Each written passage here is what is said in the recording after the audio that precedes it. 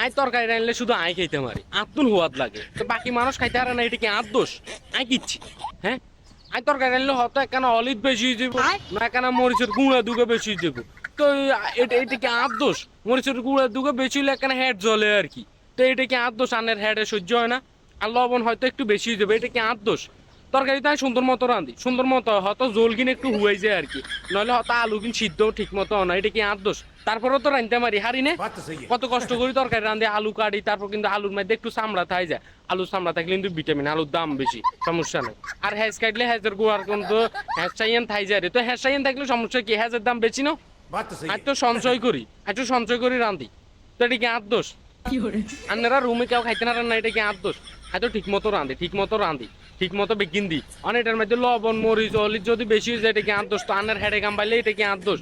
আর তো কিছু না, তো হুয়াত করি খাই, আর তো হুয়াত লাগে সেই স্বাদ, আই রানলেই স্বাদ হয়, আপনারা খাইতে না রান্না আই রান্না, তো এটা কি আর দোষ? তো বিদেশ করলে